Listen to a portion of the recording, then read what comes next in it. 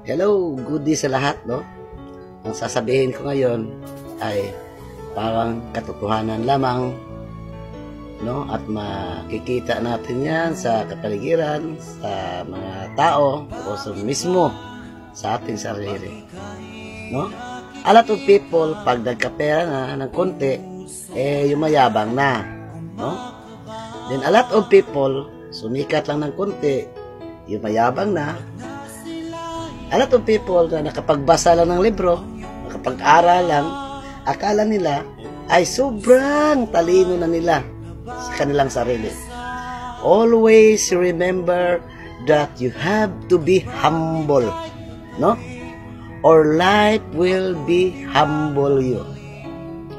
Kung hindi mo kayang ibaba, no, ang pride mo, kung hindi mo kayang ibaba ang sobrang taas ng tingin mo dyan sa sarili mo, time will come. Someone, someday, something will make you realize, no, that you have still to be humble, no?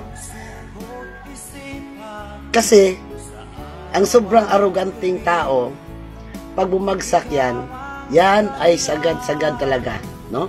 Sagad-sagad pag bumagsak yan at hindi na nakakabangon sa kanyang sarili dahil siya nga ay nahihiya sa kanyang sarili o sa kapwa niya tao.